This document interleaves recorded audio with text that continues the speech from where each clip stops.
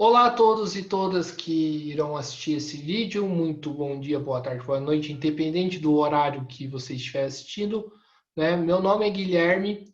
Hoje quem está na linha de frente do canal é Mesa de Debates, né? E seguindo a programação dessa sexta-feira, né, que já teve as notícias comentadas, na qual eu faço algum comentário das notícias da semana, a entrevista com Moisés antes e agora nós vamos ter a entrevista com o Cabral, né, do Sindicato dos Químicos de São José dos Campos e região. Cabral, por favor, antes da gente começar, se apresente-se. Eu sou o Wellington Cabral, eu sou da direção do Sindicato dos Químicos, sou o coordenador-geral do Sindicato dos Químicos de São José dos Campos região. Sou também da coordenação da Unidos para Lutar, que é uma associação nacional de sindicatos, e sou secretário de Meio Ambiente da Federação dos Trabalhadores Químicos do Estado de São Paulo.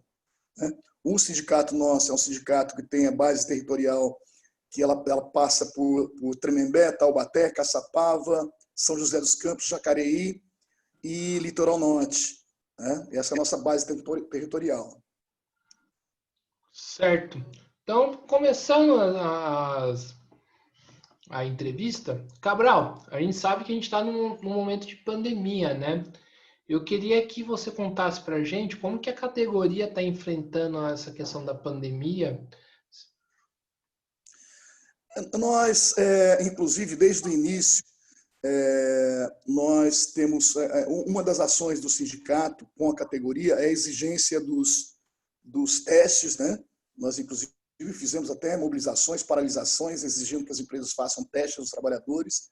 Os trabalhadores de grupo de risco estão em casa. Boa parte, principalmente do setor administrativo, estão em home office. E também, internamente, nós temos tomado cuidado nas empresas pela questão do distanciamento social, né? Transporte e todo o material interno na fábrica, de limpeza, de asepsia. Então, existe um certo cuidado e o sindicato tem sido vigilante nesse sentido, né? Tivemos inclusive alguns confrontos com algumas empresas em razão disso, né? Dessa vigilância que nós estamos fazendo com os trabalhadores que têm nessa obrigação do trabalho. Né? Sim. E o que a gente pode ver em algumas empresas, por exemplo, estava conversando com o Moisés dos Correios, né, aqui da região, em relação à questão de perda, teve muito trabalhador do setor dos químicos que perderam a vida por conta do Covid, por displicência da empresa. Não, nós não tivemos muitos, não. Aqui na nossa região, nas empresas, nós tivemos alguns casos, né, de morte e casos também de Covid também nas empresas, mas não é uma porcentagem tão grande. Mas, independente disso, nós achamos que a vida está acima do lucro.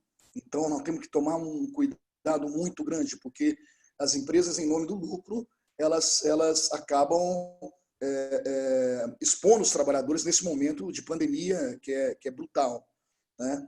Mas nós não temos tido muitos casos, não. Sim. E em relação às outras empresas que não estão na área do Sindicato dos Químicos, você pode dizer se você tem acompanhado alguma coisa, se tem tido bastante caso, bastante Nós gente que temos, nós perdeu temos, a vida? nós temos, nós temos acompanhado várias empresas, inclusive algumas mobilizações em inúmeras empresas, né, do setor da alimentação, do setor metalúrgico, que a gente tem tido, por exemplo, inclusive empresas nossas, como o caso da Compass, por exemplo, uma empresa que teve 2 casos de Covid internamente, nós fizemos uma paralisação, né, exigimos que a empresa que ela fizesse teste em todos os trabalhadores, né, uma exigência, e foi detectado 13 trabalhadores, né, que foram afastados do serviço, que isso poderia acabar também outros trabalhadores pegando o Covid devido a isso. Então, isso a gente tem feito bastante. Eu acho que em torno de 2 a 3% dos trabalhadores das categorias tem pego o Covid-19, então de 1 a 2%. Né?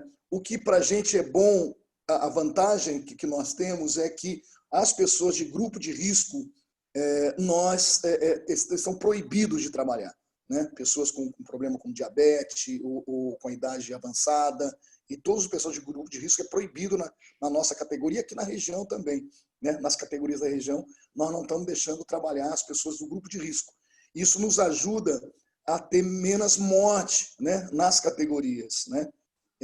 Dos trabalhadores que estão nas empresas. Né? Isso ajudou muito. Então, tivemos poucas. Na categoria química, teve uma morte, né? De um trabalhador com Covid, e ele estava afastado, inclusive, estava de férias e voltando, o trabalhador da BASF. Então, nós tivemos poucos casos nas categorias devido a isso. Sim. Casos de morte. Tá. Em relação... a gente sabe que aqui na região, né, a gente tem todo um setor de sindicatos bastante atuante nesse sentido, né? Tanto dos químicos, tanto dos sindicatos metalúrgicos e tudo mais. Mas a gente sabe que, infelizmente, em outras regiões do Brasil não é assim, né? Você acha que a saída para defender os trabalhadores da pandemia é através da mobilização dos trabalhadores?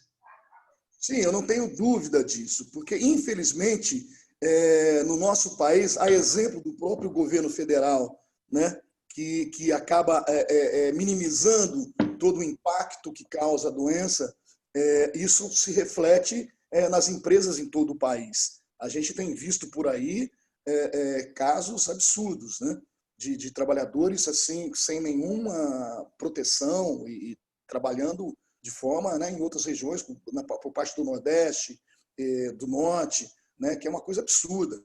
Né? Nós vimos no Amazonas, nós temos relação com os sindicatos lá no Amazonas, a gente tem ouvido falar de muita coisa nesse sentido. Mas eu acho que isso também é devido ao pouco caso que o governo federal tem feito com a doença, né? Que é um absurdo completo. Né?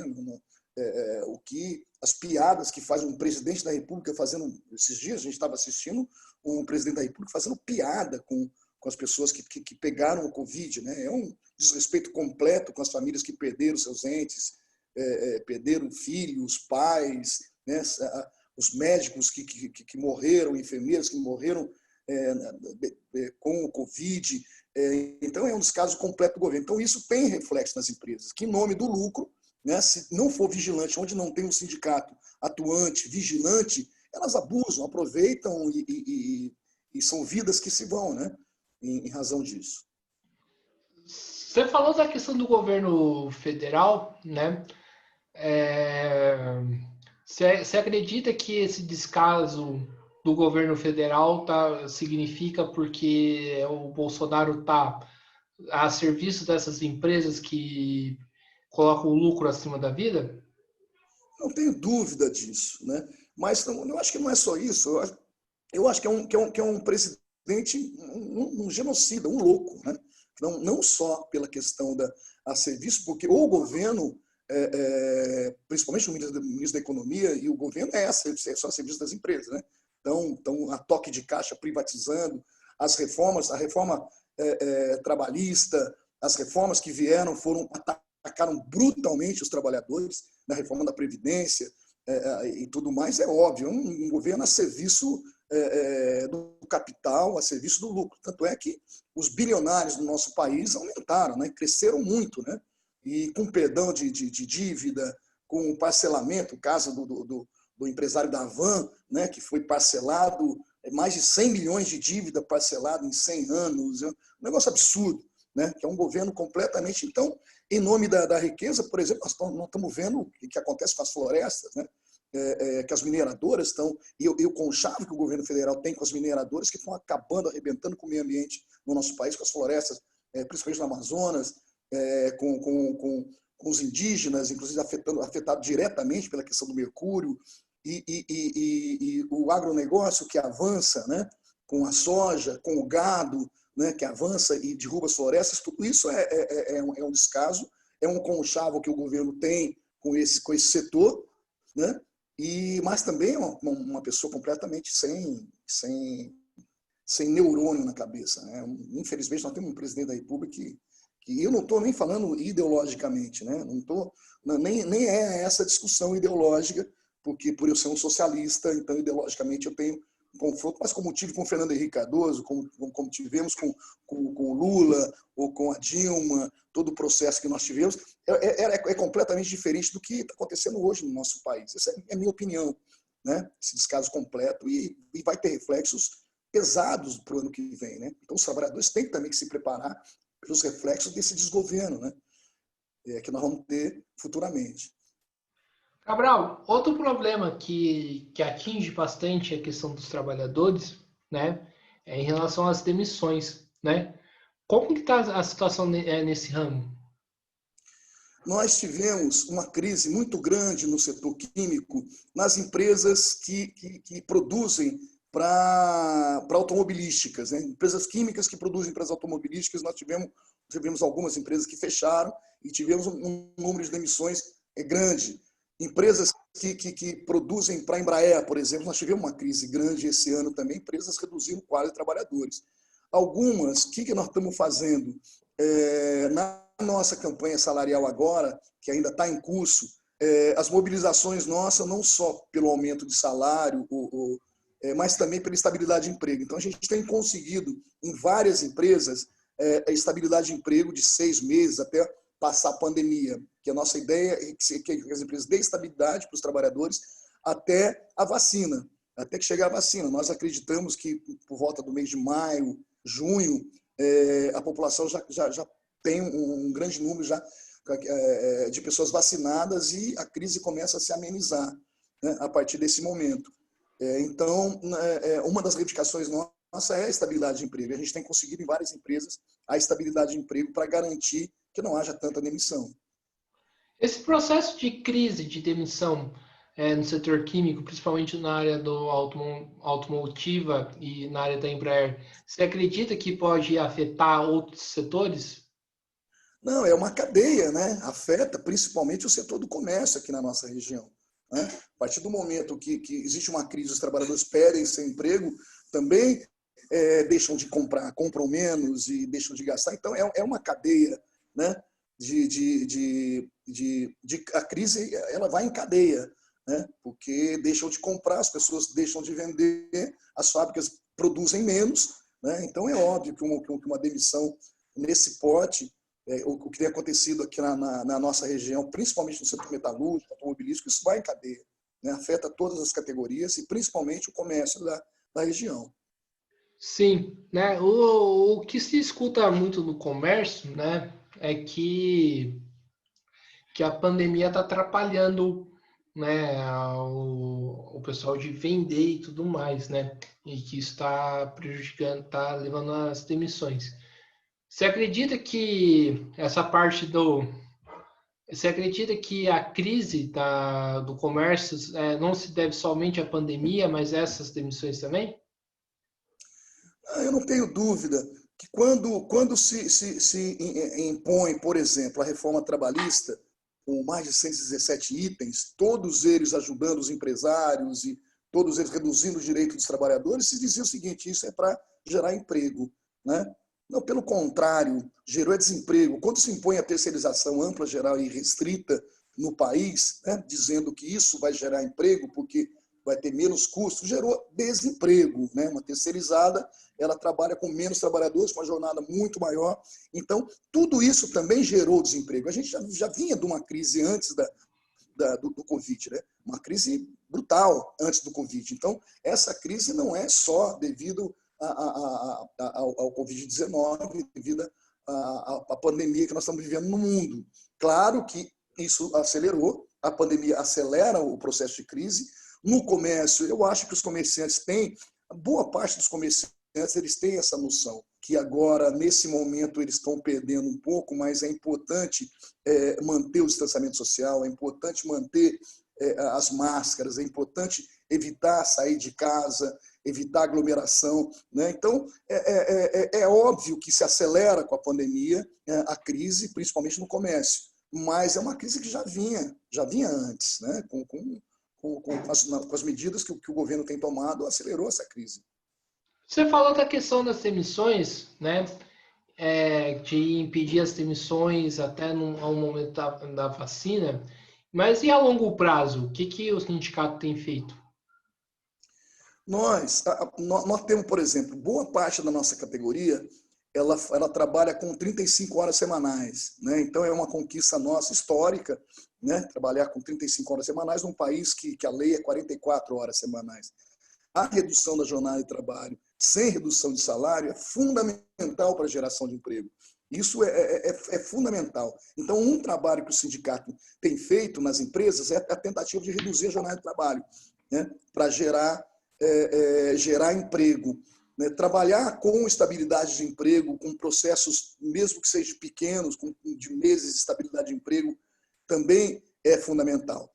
Então, eu acho também que o sindicato tem por obrigação, não o sindicato, como a federação também, na qual eu faço parte, também dos projetos pressionando o governo, pressionando o Congresso Nacional, a aprovar projetos nesse sentido, né, que vai na redução da jornada de trabalho sem redução de salário, vai na redução das horas extras, né, fazendo o quê? Nós, por exemplo, na nossa categoria, as horas extras elas são pagas a 130% nos finais de semana e feriado e 85% nos dias comuns. Então, ela é cara, é uma hora extra cara, ou seja, isso também inibe os empresários de estarem fazendo hora extra. Menos horas extras é mais emprego também. Então, o Congresso Nacional tem por obrigação trabalhar nisso ano que vem. E os sindicatos de pressionar também o Congresso, pressionar os governos para que também venham lá de cima leis que aprovam a redução da jornada de trabalho, que inibe as horas extras e tudo mais. Nós fazemos nossa parte aqui, né? As mobilizações nossas para reduzir a jornada de trabalho, acho que é fundamental.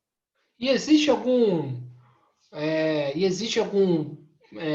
campanha efetiva, assim, nesse sentido, por parte dos sindicatos, não somente aqui, mas do Brasil inteiro? No Brasil, existiu muito no passado, né? A redução da jornada de trabalho sem redução de salário era pauta constante, né? Hoje eu não vejo muito essa luta pela redução da jornada de trabalho. Aqui na região nós lutamos constantemente, né? Então, eu falei que quase 70% da nossa categoria já faz 35 horas semanais, que é fantástico para a gente, mas ainda 30% da categoria ainda faz 40, 42 horas e até 44 horas. Então, é uma luta constante nossa pela redução da jornada de trabalho. Os sindicatos no país, eles pautam isso, né? Pautam essa discussão, mas não com tanto afinco, né? Como era no passado, essa luta pela redução da jornada de trabalho. Desculpa. Você falou da campanha salarial das fábricas, né? Como tá as campanhas salariais das fábricas que o Sindicato dos Químicos atua? Né? Tá tendo bastante intransigência da patronal?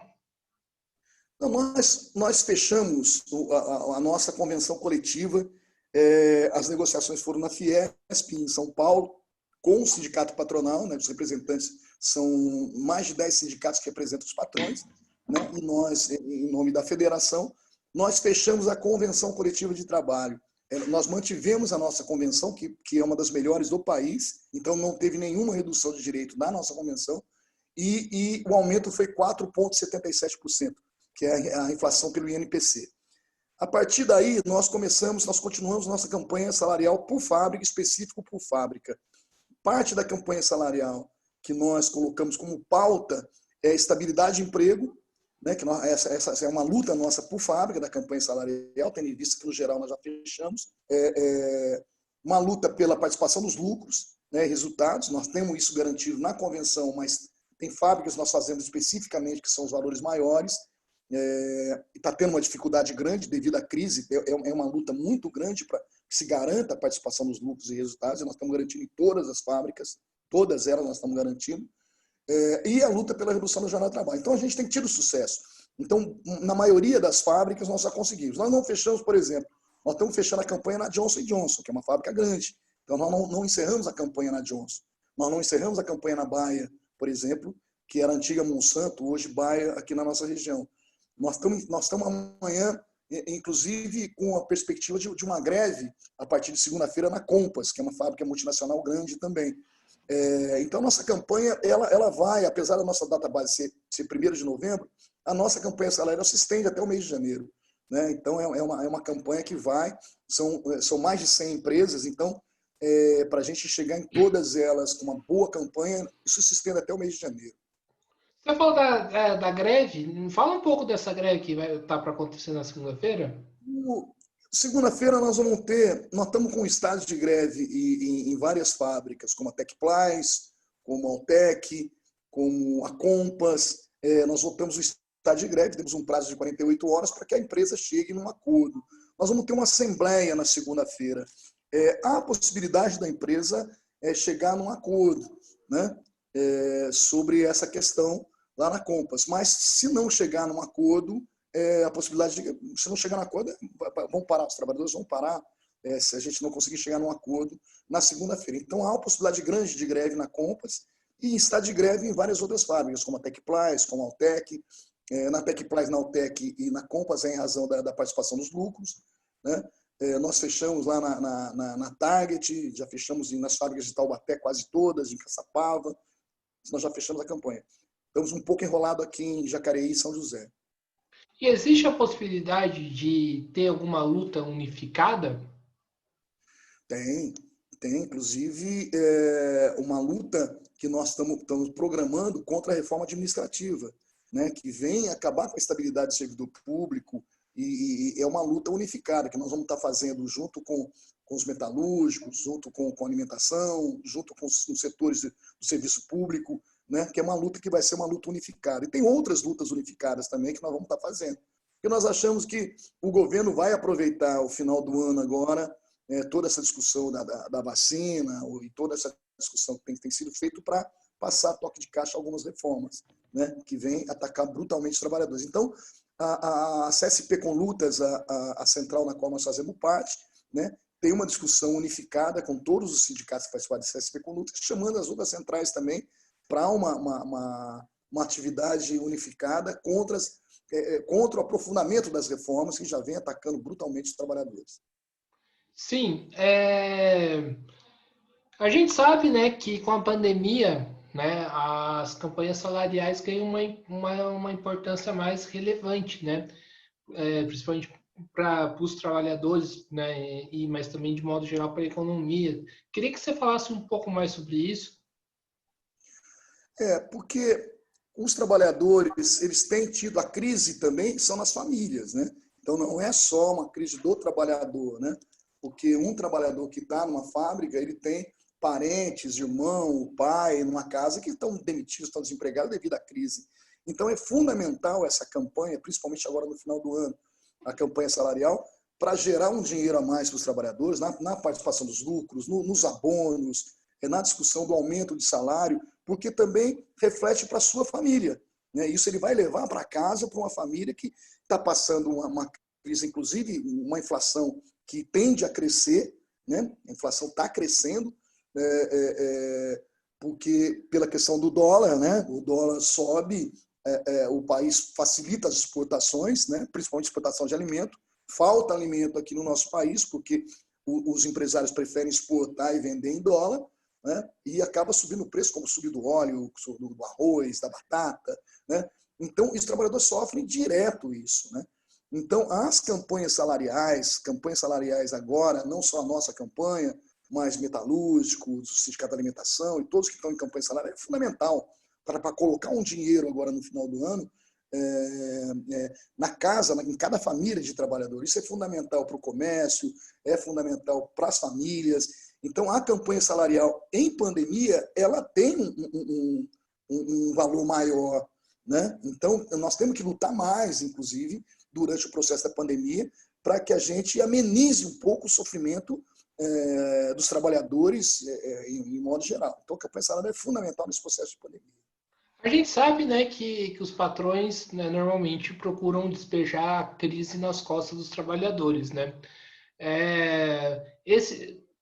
Medidas como demissões, retirada de direitos, podem ser um tiro no pé da própria economia? Eu não tenho dúvida disso, né? Porque os patrões eles pensam com são imediatistas, né, no pensamento, e o próprio governo. Né? O governo que dá isenção de impostos para as empresas, e muita isenção de impostos para as empresas, tem reduzido, quer reduzir os valores na folha de pagamentos, os encargos sociais e tudo mais, não pede nada em contrapartida. O BNDES que cede milhões e milhões de milhões para as empresas de empréstimo, para as privatizações, inclusive as empresas estão sendo privatizadas, empresas estatais sendo privatizadas, como a empresa de energia, como os postos de petróleo da Petrobras, são privatizados com o dinheiro do BNDES. É como qualquer um de nós. Eu vou lá, pego X milhões do BNDES, compro a empresa e pago o BNDES. Você não sai um centavo do meu bolso, né, nas privatizações. É tudo dinheiro do BNDES que empréstimo do BNDES. Então, o governo que faz isso não tem uma contrapartida, tá certo? Deveria haver uma contrapartida, que é a estabilidade de emprego. Né? Falar, tudo bem, eu vou fazer isso, mas vocês não demitem. Estabilidade de emprego para todos os trabalhadores. Né? O governo não faz isso. Não faz, acaba tendo um ônus. Por quê? Porque tem o seguro-desemprego, que o governo tem que pagar, tem todo o ônus que acaba tendo o próprio governo, e os empresários sempre lucrando mais. É um tiro no pé, porque as demissões geram menos compra. Né? Então, as empresas vão vender menos. Né? Uma empresa que nem a Johnson, que faz sabonete, shampoo, sandal, vai vender menos sabonete, vai vender menos shampoo, menos sandal com as pessoas demitidas. Quanto mais pessoas demitidas, menos salário e menos venda. Então, as empresas também vão vender menos.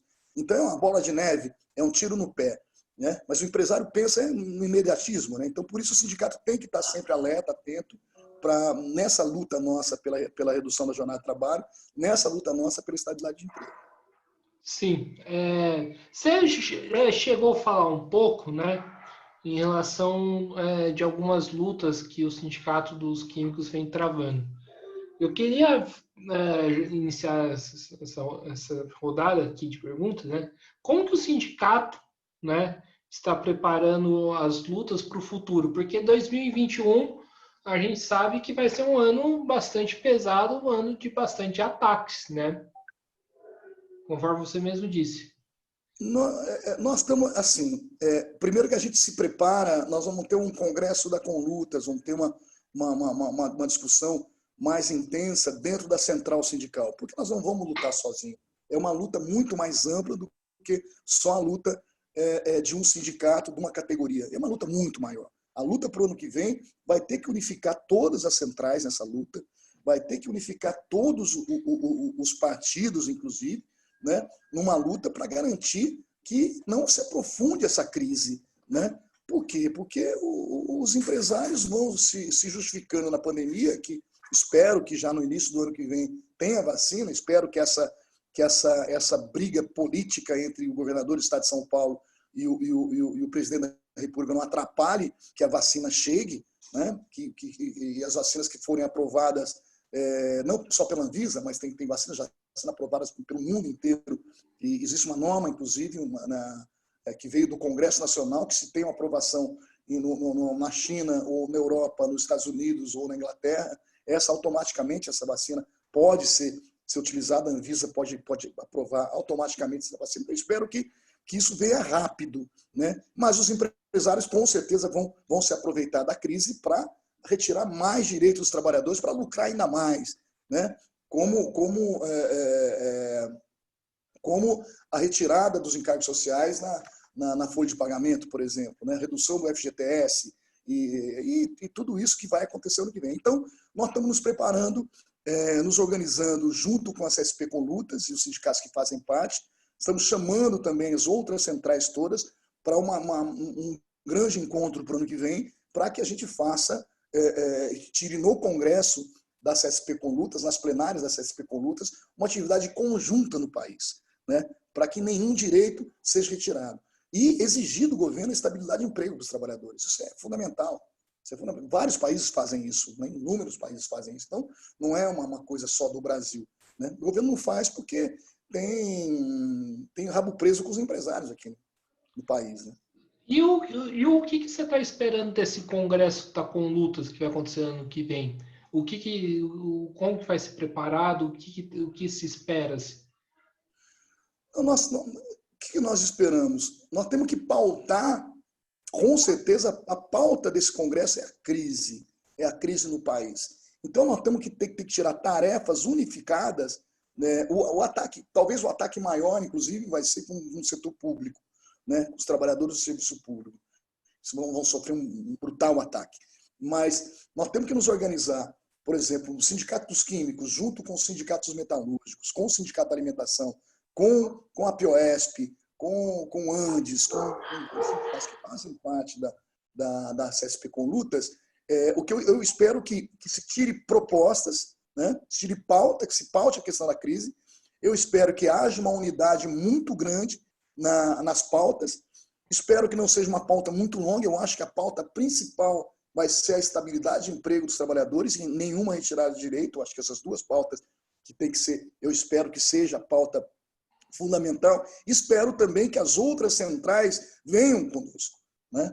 Que a CUT, que a CGT, a CPB, a Força Sindical, por mais essas diferenças que nós temos, mas que se unifique, né, com essa pauta, com uma pauta única. Então, eu espero que a gente tenha uma pauta única para a classe de luta, para a classe trabalhadora do nosso país no ano que vem. Uma pauta de resistência e uma pauta de luta. Né? Você falou da CUT, da CDB, da CGT, a gente sabe que essas centrais sindicais têm muitos problemas, né? Que hoje, apesar de tudo que está acontecendo no país, pelo menos eu vejo que motivo para mobilizar tem de sobra, né? Apesar de tudo que está acontecendo no país, a gente vê uma paralisia desses sindicatos, né? Dessas centrais. Você acha que a CUT estaria disposta a travar uma batalha junto com a SP com lutas pela defesa dos direitos e contra as demissões? Eu acho que eles não têm saída, né? Eles não têm saída, né? Eu acho que a burocracia sindical, porque nós chamamos da burocracia sindical, são burocratas já históricos, né? A CUT cumpriu seu papel nos anos 80, eu acho que e hoje não cumpre mais esse papel, né? Porque se atrelou ao governo, primeiro ao governo Lula e ao Congresso, aos parlamentares, então né? Muitos viraram parlamentares, outros foram para alguns governos, então só que agora não tem saída, morre, né? Vai morrer, né? E depende do andar da carruagem, do tamanho da crise, os trabalhadores vão passar por cima dessas centrais, né? Então as direções vão sair da classe trabalhadora, vão passar por cima, né? Ou fazem luta o ano que vem nessa crise que nós estamos visualizando para o ano que vem, ou os trabalhadores vão passar por cima, né? Então não tem muita saída, né? Para eles, independente que nós sabemos quem são, né? Sabemos, nós não temos toda a confiança no mundo na burocracia sindical, não só na CUT, mas na Força Sindical, na CPB. Não temos tanta confiança, não temos confiança nenhuma. Mas nós vamos ter que chamar. Vamos ter que chamar. A Colutas é pequena, né, no país, né? Se a gente fazer uma mobilização nacional, nós não temos condições de fazer sozinho, né? Então, essas centrais têm que sair. Agora, nós vamos chamar, se as centrais não irem, nós vamos chamar os trabalhadores, a classe trabalhadora, né? E que passe por cima das suas direções que não sair para a luta. Né? E no processo dos trabalhadores passarem por cima das burocracias sindicais, como se chama, né, com lutas pode servir como uma alternativa para esses trabalhadores? Com certeza, com certeza. A Colutas tem aparecido muito, né, no cenário nacional como uma central de luta. Nós estamos crescendo muito em razão disso. Com certeza, a Colutas vai ser um berço para esses trabalhadores. Né? Nós vamos, se as centrais não saírem, é óbvio que nós vamos estar disputando, inclusive, sindicatos com essas centrais, porque não tem condição. Eu acho difícil, pelo que a gente vislumbra, eu acho difícil que não haja uma crise muito grande, inclusive uma crise institucional, né? Uma crise no Congresso, uma crise no governo maior ainda do que já tem, né? E acho muito difícil que essas centrais não saiam em luta. Não tem como não sair, se atrelar a qualquer coisa nesse sentido. Mas a Conluta serve, sim, como um berço para os trabalhadores, para aqueles que passarem por cima das burocracias sindicais, nós vamos estar sempre abertos para estar recebendo esses trabalhadores. Sim. E por que a CUT, por que na sua visão a CUT e outras centrais sindicais impõem essa paralisia? Qual é o motivo? Então, assim, eu vejo, eu fui da direção nacional da CUT lá atrás, né? há décadas atrás, né? Então, eu vi o início da CUT nos anos 80, vi tudo como surgiu, né? Contra a ditadura e também as lutas nas empresas. Então, a CUT serviu durante um tempo para a classe trabalhadora. A partir do momento que começa a se atrelar ao PT, né? E começa a se atrelar ao partido, né? Não que eu seja contra partido, eu acho que tem que existir, eu acho que tinha que existir, mas começa a ser dirigida pelo partido, né? Pelo PT. Então, os mandatos eleitorais começaram também, de certa forma, a influenciar e dirigir a CUT. A CUT acabou, e não houve uma renovação, né? Durante um período grande, não houve uma renovação. Aqueles velhos, antigos, lá dos anos 80, que continuaram dirigindo a CUT durante muito tempo. E, ao mesmo tempo, passaram a ser parlamentares. Boa parte da direção da CUT foi para os parlamentos, foi para os governos, foi para as prefeituras, que o PT começou a ganhar. Eu acho que isso influenciou muito a burocracia da CUT, né? Houve uma ruptura grande, por exemplo, a Convergência Socialista fez parte da CUT durante muito tempo, né? Nós chegamos a ser 40% da CUT. Isso era um número grande, né, numa central. Então, fazia um contrapeso, né? A partir do momento que saem também, que a gente sai da CUT, que sai um setor mais combativo de dentro da CUT, também isso aprofunda a burocratização. Espero que tenha gente jovem lá dentro, gente com um pensamento diferente, gente que está sentindo e volte a fazer uma disputa interna na CUT, inclusive, para que volte a CUT dos anos 80. Acho difícil, né? Que essas burocracias sindicais, acho difícil que eles larguem o osso e acho difícil também que eles vão para a luta por concepção, né? Mas acho que a vida vai impor isso para eles. Espero, né? Então a gente pode então dizer que a CUT foi cooptada ao sistema? Acho que sim, né? Isso tem a ver com o sistema, porque os sindicatos, como a gente vive no sistema getulista, agora com o imposto sindical acabou, né? Ainda bem, mas a gente vive nesse sistema. Os sindicatos, por exemplo, começaram a priorizar as negociações em detrimento da luta, né? Não que eu seja contra a negociação, a gente negocia o tempo inteiro, não é isso, mas começaram a priorizar as negociações, né, em detrimento da luta, né? Começaram a deixar de fazer luta. Acho que a CUT, não sei se é atrelada, né? Porque tem sindicatos que são, inclusive, vendidos no país. Tem dirigentes sindicais que se enriqueceram, são ricos, inclusive. Esses, sim, alguns são patrões, né? Ou são dirigentes sindicais. Isso, muitos, não vou falar a maioria, mas muitos sindicatos. A CUT ainda não chegou nesse estágio, né?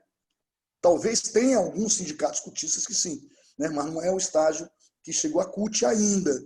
Mas eu acho que não é vendido para o patrão, mas eu acho que priorizam as negociações, então aceitam a retirada de direito, como banco de horas e tudo mais, priorizam as negociações em detrimento da luta. Não confiam nos trabalhadores, não confiam na luta dos trabalhadores.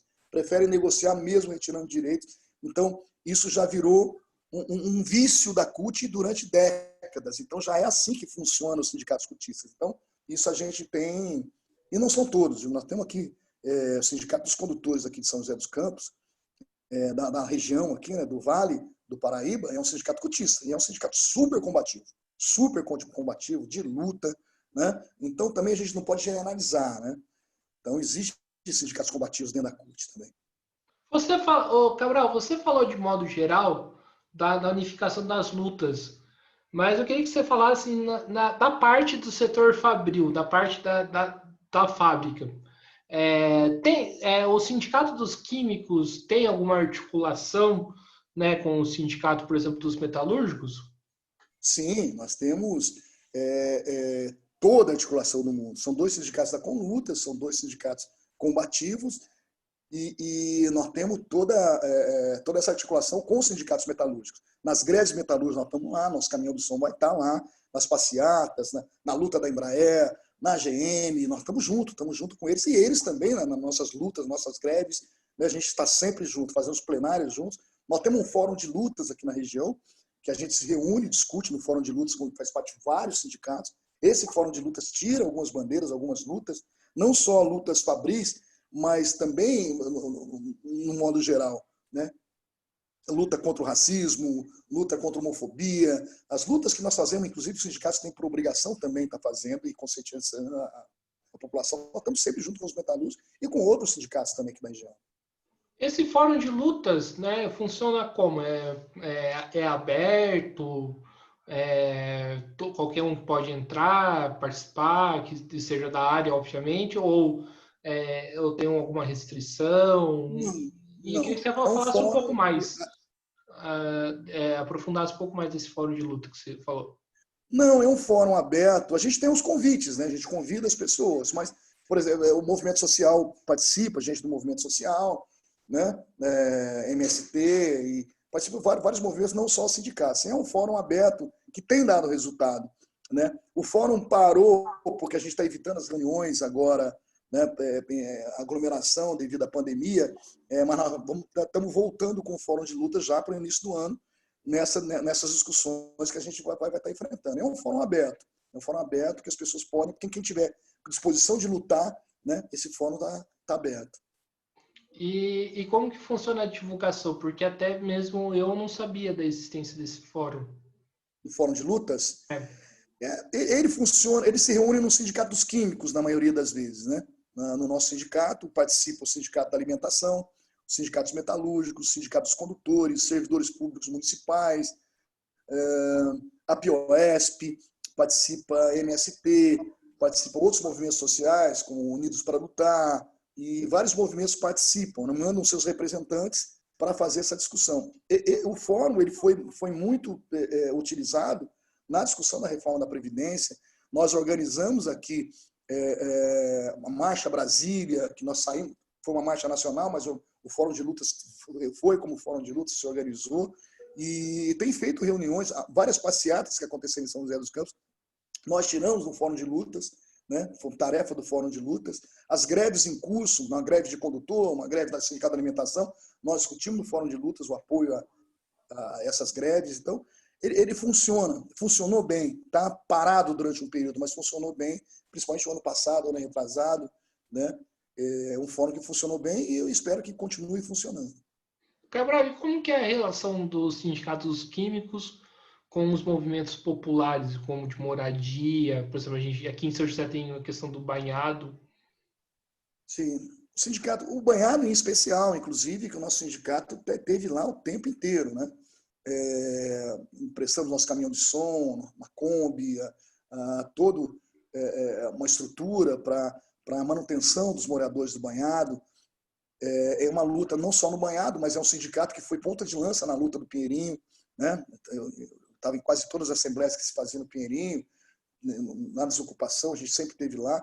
O sindicato nosso foi pioneiro nas ocupações de terra, ali aquela próxima ao Luso Brasileiro, né? Nova Esperança, as ocupações ali em Tremembé, a primeira ocupação da região, as duas ocupações em Tremembé, a ocupação de terra. O sindicato está sempre em Lagoinha agora. Nós estamos com um projeto que a gente apoia, que é o projeto do mel. Lá a ocupação de Lagoinha, eles produzem mel lá, né? Não só em Lagoinha, mas aqui também, né? O Sem Terra aqui também produzem mel. Então eles têm a gente financiou cursos, né?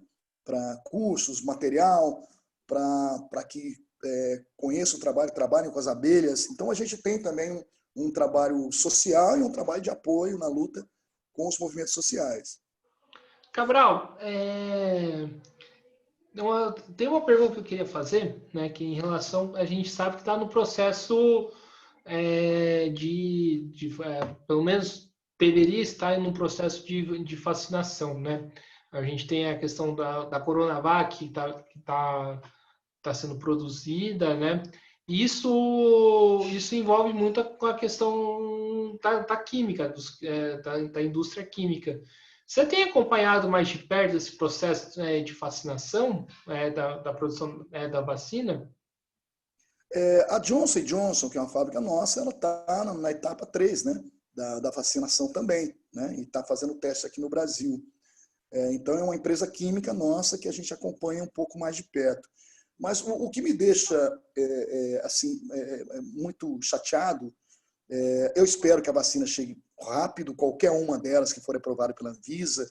Espero que o governo federal não tenha influência política para que a Anvisa aprove ou não aprove uma vacina ou outra, né? Então, isso nós vamos ter que estar de olhos abertos, porque eu estou confiando muito que o Butantan, que é um instituto de nome mundial, inclusive, espero que produza, que a Fiocruz também, espero que produza vacinas rapidamente, mas o que nos deixa assim um pouco indignado é o custo disso, né?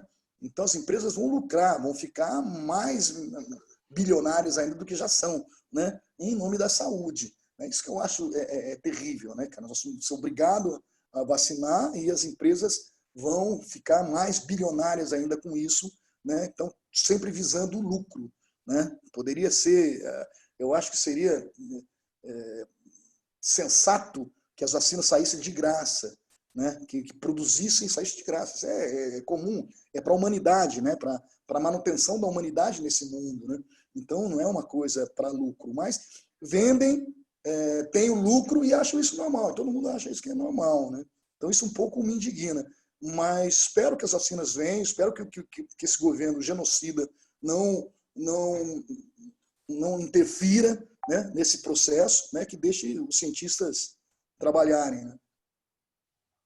Sim. E qual que deveria ser a saída, então, se você falou da questão do lucro, qual que seria, tipo, a reivindicação, o programa para poder, tipo, combater, tipo, essa questão que você coloca do lucro em torno das vacinas? Nós vivemos num mundo capitalista, né? Nós vivemos um sistema capitalista. O socialismo seria para mim, seria a saída. A saída é uma sociedade justa, sociedade igualitária, onde todos têm os mesmos direitos, os mesmos deveres, né? Onde não tem, como o nosso país, menos de 10 famílias detêm mais de 90% de todo o lucro. Então, a divisão de renda, essa seria a saída. No mundo socialista é óbvio que as vacinas iam sair de graça, não tinha como, né?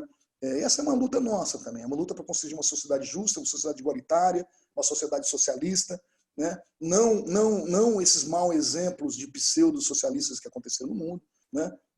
Com o stalinismo na Rússia ou com o chavismo na Venezuela, mas um socialismo com liberdade, amplo, geral e restrito. É isso que a gente luta. A gente sabe que hoje é muito difícil você fazer essa discussão, né? Mas nós fazemos, acho que nós temos que plantar essa semente. Não sei se eu vou estar vivo para ver isso, mas eu espero que a humanidade um dia, né, se encontre de uma outra forma, de uma outra mentalidade, com igualdade e justiça real para a humanidade, que a gente vê aqui a brutalidade nas favelas, os assassinatos da juventude negra, pobre. Então, só uma sociedade socialista pode resolver todos esses problemas. Cabral, você entra nessa questão da vacina. Hoje a gente está acompanhando, né, que do processo de vacinação. Primeiro vacina um setor, depois vacina outro, depois vacina outro e tudo mais. Você que está na indústria química e acompanha de perto, você acredita que é possível garantir uma vacinação massiva para todos? Mas é muito possível, né? É claro que é possível. No nosso país é mais difícil, né? Porque nem o secretário de saúde do país tem um projeto para a distribuição das vacinas. É um absurdo, né? Parece que o Estado de São Paulo está mais avançado nisso, né? Para essa questão da vacinação, mas é um absurdo. Mas, assim, eu acredito que condições nós temos, né? Nós temos um Butantan, temos um Fiocruz, temos locais que produzem, que conseguem produzir no Paraná, que produzem milhões de vacinas, tem condições de produzir milhões de vacinas. Nós temos condição de ter 40, 50 milhões de vacinas logo já em janeiro, né? Com o Butantan e com a Fiocruz. Então, nós temos todas as condições do mundo para fazer isso. Acho que deveria, não sou nenhum cientista, mas deveria priorizar aquelas vacinas com mais facilidade de transporte. Né? Nós temos vacina que tem que estar a 70 graus abaixo de zero para que a vacina não estrague, para funcionar a vacina. E tem vacinas que não, tem uma geladeira comum, você garanta essa vacina. No nosso país, um país tropical, como o Brasil, acho que, isso é opinião, eu acho que deveria dar prioridade às vacinas que tenham condições de fazer isso. A questão de priorizar os médicos, enfermeiros, né, o pessoal do sistema de saúde e os idosos, eu acho que tem que ser, não tem, são grupos de risco, tem que priorizar. Mas se a gente consegue uma vacinação em massa, nem precisa né? Eu acho que daria para, logo em seguida, rapidamente, vacinar todo mundo. Nós temos condição de até março. Eu estou dizendo para você o que eu ouço na imprensa, o que eu vejo, que eu tenho acompanhado na televisão e que eu tenho lido, né? Por aí, o que tem acontecido no mundo. E acho que até março nós temos condição de vacinar a população, toda a população. Basta querer. Né? O problema é que o nosso presidente não quer. Né? E até incentiva que ninguém vacine. É um negócio, não sei, sabe? Então esse é o problema que nós temos. Nós temos um débil mental, um genocida louco, né? No poder do nosso país. Esse é talvez o principal problema da questão da vacinação. Eu falo que o Bolsonaro é o principal aliado do coronavírus aqui no Brasil. E pior que eu tô certo. Agora, mudando um pouco de assunto, né? Com o bolsonarismo, com esse governo de extrema direita, né, que nós estamos vendo aqui, você tem percebido, né, uma perseguição aos sindicatos? Não. Assim, ao sindicato, não. O Bolsonaro, o que ele fez? Ele perseguiu o sindicato dizendo o seguinte: eu vou acabar com o imposto sindical. O sindicato não tem. Nós defendemos o fim do imposto sindical. Então, talvez ele tenha perseguido os sindicatos mais aliados à burocracia, a eles assim. Isso na forma mais direta. Né? De forma indireta, ele defende o sindicato dele, né? Que é o sindicato do crime, né? Das milícias. Né? Então, é onde ele defende lá, ele e a família dele defendem. E não tem, ainda não, mas acho que pode haver sim, porque o fascismo é assim, né? Então pode acontecer coisas mais graves aí para frente. Até agora não houve muito, né? Um ataque muito mais direto ao sindicato nesse sentido. Mas a reforma trabalhista foi um ataque, né? Tudo. Agora, eu quero afirmar que o ataque que as centrais dizem que sofreram do bolsonarismo, do governo, ou do Congresso, que é o fim do imposto sindical, esse nós defendemos. Né? Nós também achamos que não tem que ter imposto sindical no país. Mas o maior ataque é a classe trabalhadora. O maior ataque do governo é aos trabalhadores. Não à estrutura do sindicato, mas aos trabalhadores de forma geral.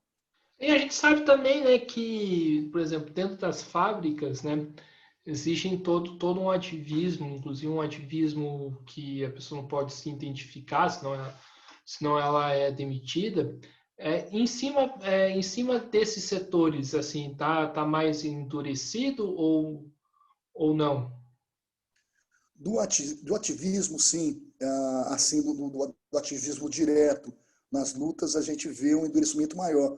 Inclusive com a exaltação da violência, a defesa da violência que o governo faz, né, da violência da polícia, com a defesa dos armamentos e todo esse processo, nos movimentos sociais se sentem uma pressão maior. Por exemplo, no Pará, a gente tem visto isso, né? Aqui naqueles que defendem o meio ambiente, né? No Pará, no Mato Grosso. Então, tem tido perseguição brutal a esses ativistas, inclusive até com assassinato, né? De ativistas, mas isso não é só no governo Bolsonaro. Eu temo que isso aumente, né? Com o governo Bolsonaro, que isso aumente. Né? Talvez ele não tenha. Tanta atrapalhada que ele faz no governo, também não tenha tido tempo de pensar um pouco e atacar os movimentos sociais mais duramente, fisicamente, que não dá tempo para ele. Muita atrapalhada que não dá tempo. Mas o movimento social sempre foi atacado, né? Sempre foi assassinado nos campos, no campo, né? Nas ruas, sempre foi atacado pela burocracia e continua sendo. Do mesmo jeito, talvez na mesma dose, né? Do mesmo jeito que era atacado no governo Temer, que era atacado no governo Fernando Henrique Cardoso, que foi atacado no governo Lula. Então, na mesma proporção ainda, né? Mas há um temor que isso aumente, óbvio, né? Que é um governo completamente de extrema direita. Então, a tendência da extrema direita é atacar mais violentamente os movimentos sociais.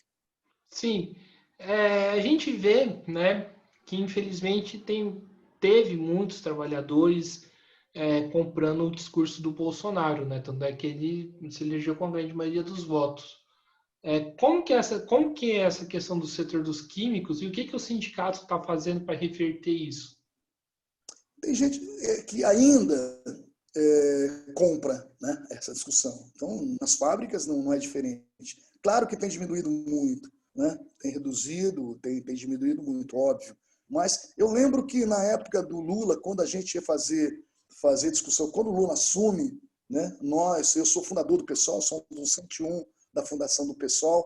Então, quando nós rompemos, o Lula assume em 2003, nós rompemos com o PT, logo que o Lula assume, também as críticas que nós fizemos quando o Lula aprovou a lei da falência, reforma da Previdência, todo o processo do mensalão, nossos jornais, nos boletins e nas fábricas, a gente era muito criticado também, né? Pelo setor lulista, que era muito grande naquele momento. Fala assim, não, mas vocês... Né? E a gente resistindo ao lulismo, e com o Bolsonaro não é diferente, né? Mas a gente tem nas fábricas químicas, por exemplo, a gente tem uma certa moral para fazer isso, né? Porque quando a gente vai para cima, porque quem elegeu o Bolsonaro foi o PT, né? Então o PT elegeu o Bolsonaro, né? Com o mensalão, com a corrupção, com todo o processo que foi o governo do PT. Não só o governo do PT, os outros governos todos, né? O do PT foi escancarado. Então o PT elegeu o Bolsonaro com aquela discussão de mudança, né, de exército na rua e tal, porque para acabar com a bandalheira e blá, blá. Então, foi eleito dessa forma. Mas nós temos uma certa moral, porque quando os trabalhadores vêm para a gente, diz o seguinte, não, quando o Lula estava, vocês faziam oposição também ao Lula. Então, eles passam a nos ouvir, não, pera, vamos ouvir que, quando eles falavam lá atrás que era tudo isso, era mesmo. Então, vamos ouvir o que eles estão falando do Bolsonaro. E isso tem tido um reflexo. Nas fábricas, isso tem tido um reflexo bom. Tem mudado a cabeça dos trabalhadores. O problema são as famílias mais tradicionais, são os mais velhos, as pessoas. Né? Alguns grupos de WhatsApp que eu tenho que são terríveis, terríveis, né? E, mano, vontade. Meu Deus do céu, tanta besteira, sabe? Tanta coisa ruim, mas isso ainda está. Eu acho que a sociedade está fazendo uma experiência, vai fazer. Acredito que o ano que vem isso já tem mudado muito. Eu acredito que o ano que vem muda mais ainda, né? Não é à toa que há essa luta no Congresso Nacional para que tenha o presidente da Câmara, né, dos Deputados. Né? Essa luta do governo para ter o presidente da Câmara dos Deputados eleito, por quê? Porque pode ocorrer um processo de impeachment, inclusive, por todas as porcarias que esse governo tem feito. Sim. Você falou dessa questão que vocês têm uma moral na fábrica para poder falar do Bolsonaro, porque vocês também eram oposição ao PT.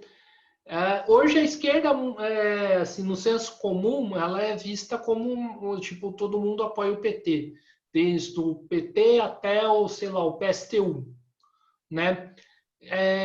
Você acha que falta para a esquerda, tipo, ter fincar suas raízes mais na classe trabalhadora para poder, tipo, ela perceber que não é todo mundo que está no mesmo saco? Eu acho que falta trabalhar na consciência da população que o PT não é mais esquerda há muito tempo. Né? O PT retirou o socialismo do seu estatuto em 94. Né? Então, o PT já não é esquerda há muito tempo. Ele atua para a burguesia, para os empresários, né? Para os latifundiários, isso historicamente. Tanto é que governou o país nesse sentido. Então, isso tem que conscientizar. O PT é um partido de centro, hoje, né? Não é esquerda, né? Gosta de posar como esquerda, mas não é. Mas a gente é confundido, óbvio, a gente é confundido pelo senso comum, né? As pessoas que não são militantes, que não são, ou que não têm um estudo um pouco mais aprofundado sobre a história, né, do país, tá? E nós somos confundidos com o PT, infelizmente, né? Quando a gente fala do Bolsonaro, né, mas vocês, quando estavam no governo, o que vocês fizeram, entendeu? É difícil pra caramba. Mas espero que a esquerda de verdade no país cresça, né? E que a gente dê um salto para que trabalhe na consciência da população que os partidos de centro, de direita, nós não fazemos parte, como o PT. Sim. E você acha que no próximo período a popularidade do Bolsonaro cai por conta dos ataques, por conta da crise econômica, por exemplo, cito o fim do auxílio e tudo mais? Eu espero que sim, né? É, eu não sei, porque vai ser difícil a gente esperar até 2022, entendeu? Para disputar uma eleição, para tirar o Bolsonaro. Eu ainda espero que muita coisa do Bolsonaro apareça mais, né? Que não se escondam. Né? Ele tentou, com a Polícia Federal, tentou dirigir a Polícia Federal para que não aparecesse muita coisa, para que a família dele não aparecesse. Espero que o caso da Marielle, os mandantes apareçam. Né? Espero que a relação com as milícias da família Bolsonaro fique mais aberta. Né? Todo o dinheiro com os imóveis que o Bolsonaro arrebanhou para ele, né, durante o período dele, todos esses anos, né, que roubou, né, a mãe comprou com dinheiro vivo, todo esse processo da esposa. Espero que isso, né, depois da pandemia, que isso se escancare todo, né, e que a gente consiga resistir em algumas coisas, alguns projetos do Bolsonaro, né, que o Bolsonaro ele quer um mínimo para os trabalhadores, né, quer assim de uma forma brutal. Então, espero que alguns processos a gente consiga, com muita luta, com muita mobilização, barrar. Se a gente consegue uma grande mobilização... A Dilma o impeachment da Dilma também foi ridículo, né? Foi pedaladas fiscais que agora, depois, foi aprovado, né? Agora é legal. Então, por que a Dilma caiu? Porque tinha uma mobilização popular nas ruas, né? Mobilização popular. Foi por isso que foi impeachment da Dilma. Foi lá para impeachment. Espero que a gente cresça com a mobilização popular, que isso amplie de uma forma que o Congresso diz, não dá mais para segurar. Né? Porque razão para o impeachment tem várias, né, do Bolsonaro. Então, espero que tudo isso para o ano que vem, mas para isso tem que ter muita mobilização, muita luta, muita consciência e população na rua. Gente na rua. Sim. A gente está numa pandemia, né? Reforçar isso. Como que está sendo organizar a categoria nesse cenário? Pois é, isso é uma dificuldade. Nós fazemos nossas assembleias ao ar livre, mantendo o distanciamento social. Nós estamos evitando de fazer assembleia no sindicato, né? Reuniões plenárias no sindicato. Então, a gente tem feito na porta das fábricas, lugar amplo, com distanciamento social, com máscara. Tem uma certa dificuldade, porque nós também não queremos... Nós somos defensores do distanciamento social, do uso de máscara e todo esse processo. A gente não quer também ser propulsor de aglomeração, né, nesse sentido. Então, tem tido uma certa dificuldade, mas a gente tem conseguido fazer, inclusive greves, né, a gente tem feito. Sim. Você falou da questão dos bilionários, né, que aumentou os bilionários no Brasil nesse período de pandemia. Você conseguiria falar para mim, mais ou menos, aqui na região, quem está lucrando com essa crise, com a crise sanitária, Então, com a crise a econômica? região, a Johnson é uma empresa que está lucrando na região, né, com a pandemia. O setor, na região, eu acho que a nossa região passa por uma crise pela pandemia, então não vou dizer que na região tem lucros, né? Mas, por exemplo, o setor do agronegócio cresceu brutalmente, né? O setor da agricultura, com a pandemia e com o governo Bolsonaro, né? Liberando a floresta amazônica para esse setor. Então, cresceram muito os bilionários no setor da agricultura. Só citar, por exemplo, as empresas de venda via internet, né, cresceram muito, muito. Né? As de alimentação via internet, tudo isso são empresas que cresceram muito. Por exemplo, a Marisa, né,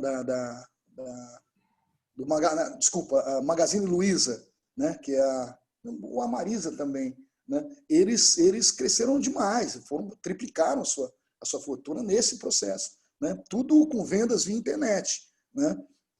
Então teve gente que lucrou muito com a pandemia também, né. Sim. E, Cabral, para finalizar a entrevista, né, hoje existe uma descrença, né, em relação aos sindicatos. Por que isso acontece e como que faz para reverter essa situação? Eu acho que o PT ajudou muito nisso, né? O PT, as coisas se confundem, né? Sindicato, CUT, PT, isso se confunde, né? Então, houve uma descrença de um processo, e com razão, né, da classe trabalhadora, com razão, né, porque as burocracias sindicais cresceram muito. Mas, por exemplo, nós temos, na nossa categoria, eu acho que nós estamos bem, metalúrgico também. Existe uma certa... hoje, com o bolsonarismo, né, e nós moramos numa região muito conservadora, Taubaté, São José, principalmente Taubaté e São José, são cidades muito conservadoras e bolsonaristas, então isso tem um reflexo também com o sindicato, né? Então, mas o sindicato ele tem demonstrado, porque pelo menos o sindicato dos químicos, os sindicatos metalúrgicos, o sindicato da alimentação, a gente é muito aberto, né, nas coisas que a gente faz, né? E a nossa imprensa, os nossos links, nós temos direto com os trabalhadores, então isso dá uma certa tranquilidade para a gente, né? Com respeito com o sindicato. Mas o sindicalismo em si, eu acho que só vai ter uma mudança geral quando houver muita luta e disposição de luta do movimento sindical e quando a gente derrotar as burocracias sindicais. Né? Quando as burocracias sindicais forem derrotadas, os sindicatos forem ganhos por aqueles que realmente querem fazer mobilização, querem fazer luta, querem uma sociedade diferente, eu acho que aí sim a população, de forma geral, vai começar a crer mais no sindicato, como aconteceu nos anos 80. Cabral, estamos aqui encerrando mais uma entrevista do Mesa de Debates. Primeiramente, eu quero agradecer por você ter aceitado o convite, foi uma discussão bem legal, muito boa, né? E acho que também foi importante, né, dar voz às lideranças dos trabalhadores aqui da região, dos dirigentes sindicais, né, em outros setores também, né. Dizer também que o canal está à disposição para poder divulgar as lutas dos trabalhadores, que acho que é o principal motivo do porquê do canal existe, né? E passo para você as considerações finais. Eu queria, Guilherme, agradecer esse espaço, que é um espaço fantástico, né? Eu acompanho vocês há algum tempo, então agradecer esse espaço, né? Ter a oportunidade aqui em nome dos sindicatos químicos, da federação, em nome da nossa categoria, é só agradecer a esse espaço privilegiado que nós temos aqui na região para estar divulgando todo o nosso pensamento, as nossas ideias, né? E de forma democrática, né, que vocês atuem. Então, no mais é agradecer, né, agradecer vocês e que continuem dessa forma, né? E a gente também, o que puder estar divulgando, também nós vamos estar divulgando na categoria, divulgando, né, esse espaço tão bom para a gente, e são poucos espaços que nós temos dessa forma. Obrigado. Eu que agradeço. Antes de encerrar a entrevista, quero colocar a importância de se inscrever no canal do YouTube, curtir no próprio YouTube também, deixar sua curtida, claro, comentar, compartilhar no Facebook, curtir no Facebook, curtir a página no Facebook e seguir no Instagram para que o projeto tenha mais visibilidade e consiga alcançar um número maior de pessoas, né, para que a luta dos trabalhadores também consiga alcançar um número maior de pessoas. Então é isso. Mais uma vez quero agradecer quem assistiu esse vídeo, né? Quero agradecer também mais uma vez ao Cabral, né, por ter aceitado a entrevista, né? Foi muito boa. Semana que vem tem bastante entrevistas do Mesa de Debates, com professores, com outros dirigentes sindicais também da região de São José, né? Então, assim, mais uma vez agradecer a participação de todos. Então, estamos encerrando mais entrevista do Mesa de Debates, né? Então, até a próxima, pessoal. Fui encerrando aqui.